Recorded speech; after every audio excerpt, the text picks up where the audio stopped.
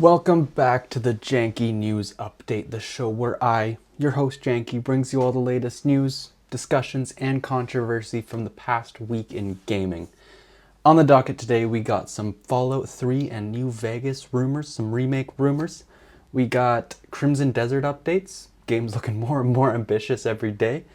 And we got a lot more to cover. A lot of things on the docket today, a lot of things to talk about. But before we get into that, I just want to say thank you for all the support on the channel. We're at 30 subscribers now, and we are getting about 100 views per video, or more usually. And that's crazy. That's awesome. I love it. I am very much enjoying doing this, and I'm enjoying that you guys are enjoying it. So thanks for all the support. I appreciate it. Let's get into the news.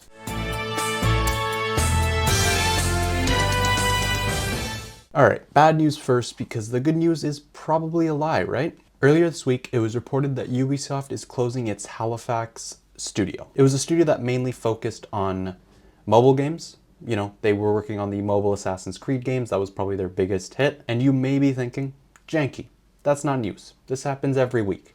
And yes, unfortunately, you are correct. This does happen way too often. But what makes this a bit more, a bit worse than usual is the timing of it all. Ubisoft Halifax recently formed a union just 4 weeks before this announcement was made. And people are, questioning the timing of all of this, and rightfully so, right?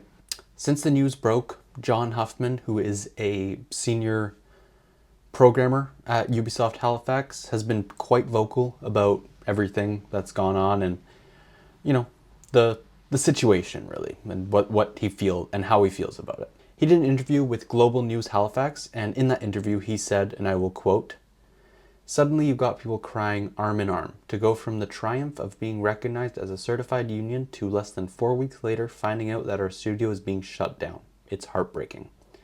He also said, "The timing is questionable, to say the least."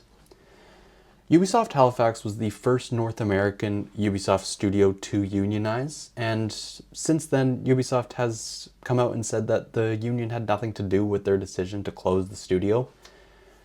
Forgive me if I don't blindly, trust everything a massive corporation says when it comes to this kind of thing, but there's no way it didn't have anything to do with the union, right? Like, this studio, the first studio for Ubisoft to unionize in North America, does it, they unionize, and then 4 weeks later they got shut down. And it's not like they put out anything bad recently. Like, they've, they've been on a pretty steady run of decently selling games and nothing outrageous. They haven't done anything that would warrant this kind of a closure just all of a sudden, right? The timing does seem very questionable, as John Huffman did say himself. The CWA, Canada's media union that was kind of covering this specific company, they said that they're going to pursue every legal recourse, which hopefully they do. I feel horrible for all the 71 people that lost their jobs due to this, and I hope that if this is considered union busting, that Ubisoft gets nailed for it. I would love to see that. This, it's egregious behavior and it needs to be fixed, and this is something in the industry that it just needs to be fixed as soon as possible, because it can't keep going on like this. It can. All right, let's move on to something a little bit more upbeat. We got a bigger look at probably the most ambitious project of 2026, and somehow it got even more ambitious. I'm talking about Crimson Desert, and as with most people, I've been following this game throughout its development journey for a long time now, and I've always kind of put it in the category of it looks too good to be true kind of thing. You know what I'm talking about, right? Crimson Desert is a action RPG, a massively scaled action RPG developed by Pearl Abyss, and it always looked massive. It always looked ambitious, but recently Will Powers came out and did an interview on the New Game Plus showcase, which was a brand new showcase put on by a bunch of content creators, showing off a bunch of new games, some new stuff in games that we already know about. And Will Powers sat down, did like an hour-long interview with 2 creators, and they talked about Crimson Desert for an hour. And I will link that interview in the description if you want to watch the whole thing. I will not lie, it was kind of a painful watch. One of the hosts in particular was asking just the most nonsense questions, and it was hard to watch. It was cringe, and it was... Watch it for yourself. just even if it's just to have a laugh, because it was pretty painful. But when that particular host stopped talking and Will finally got to talking, he gave us some pretty insightful stuff. One of the big things he talked about was the scale of the game, which is kind of the main draw-in of this game. He said that the world in size is going to be twice the size of Skyrim's playable areas, which is crazy, right? That's massive. He said it's going to be bigger than Red Dead Redemption 2. Again, crazy. But when I hear these kinds of things, I'm always like, that's cool, but like, what are you gonna do? Like, if it's that big and it's empty, that's far worse than if it's tiny and it's packed with content, right? But thankfully, Will Powers, and yes, I'm going to continue to use his full name because you can't shorten that. Will Powers is an awesome name. He kind of remedied this with saying, size doesn't matter. We want to create a world that's not only massive, but also interactive.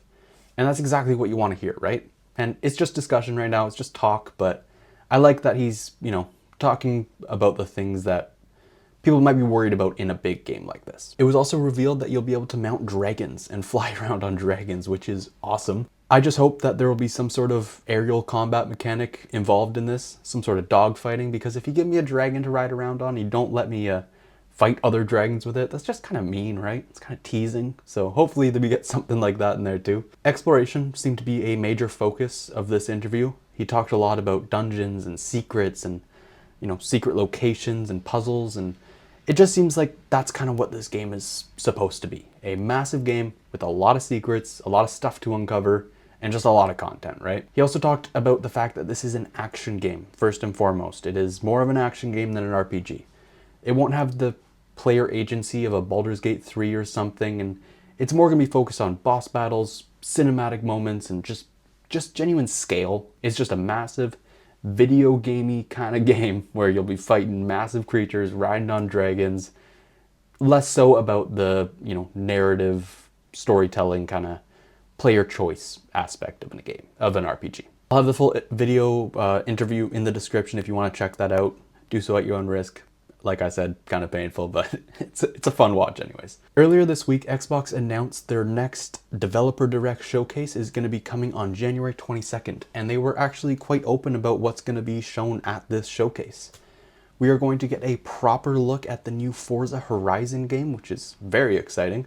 We are going to get a more in-depth look at Fable, which is one of my most anticipated games of the coming year. I'm so excited for more Fable. And we're also going to get a look at something that I am very curious about. It is Game Freak's new game, Beast of Reincarnation. Game Freak, like the Pokemon people, right? That's kind of crazy. I didn't expect to see a fully, action RPG, AAA, cinematic game from Game Freak. I've kind of always known them as the Pokemon people, but that's why I'm kind of curious. I'm excited to see what they can cook up when they're not legally obligated to put out a new Pokemon game every 8 months, but we'll see. We'll see how it is. We'll see how it goes. And if you are subscribed to the channel, I will be putting up a review of this showcase on the 22nd or just the day after, so keep an eye out for that one. Probably the biggest discussion of the week is Fallout.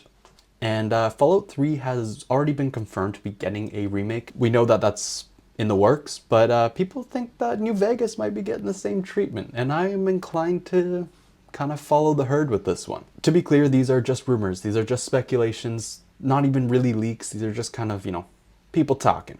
People are gonna talk, right? With the unexpected success of the Fallout TV series, a lot of people are thinking, why not put out a remake of New Vegas, right?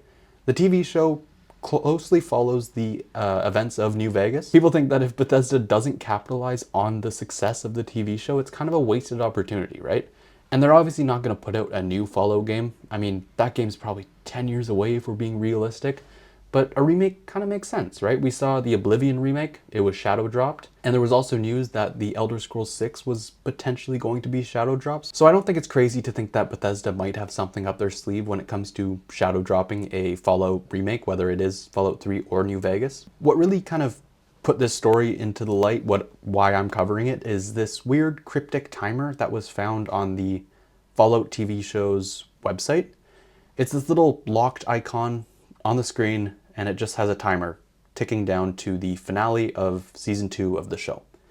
And realistically, this is probably just a countdown to, I don't know, some behind the scenes footage, which is kind of the other stuff you see on the website, or maybe a trailer for the new season or just like a wallpaper or something, but I'm optimistic. I like to be delusional, so I'm hoping that it's counting down to the announcement of a New Vegas remake, or maybe a shadow drop of a New Vegas or a Fallout 3 remake. We'll see. I don't know. I'm being optimistic. I'm being crazy optimistic. I don't think it's gonna happen, but the countdown was weird. It was cool. People are talking about it, and yeah, I don't know. What if I told you that a live service game developed by a studio that mainly focuses on single player games, backed by a greedy publisher that is built around lofty expectations and middling content, is getting shut down this month?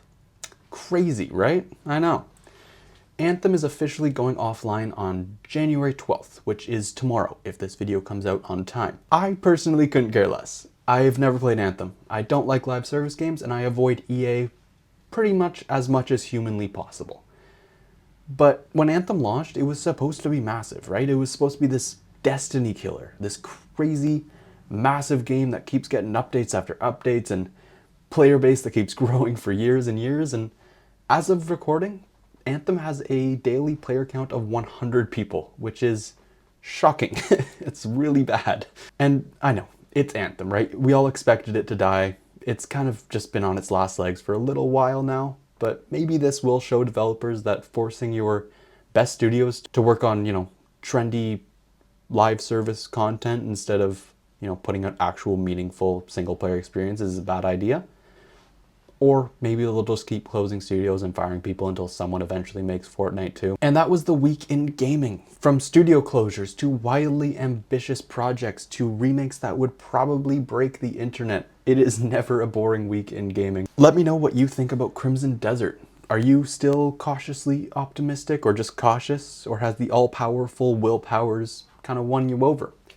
Do you guys think we're going to get any Fallout remakes anytime soon? And as always, let me know what you're playing. As for me, I'm finishing up Red Dead Redemption 2, so expect a video on that on the Greatest Games of All Time series. And I'm also playing Fire Emblem Three Houses on my Switch, which is wildly different than what I would normally play, but I'm having a lot of fun with it. It's fun. It's cool. I like it. As always, I've been Janky. If you like this video, subscribe, like, comment, share, all those things, and I will catch you in the next one.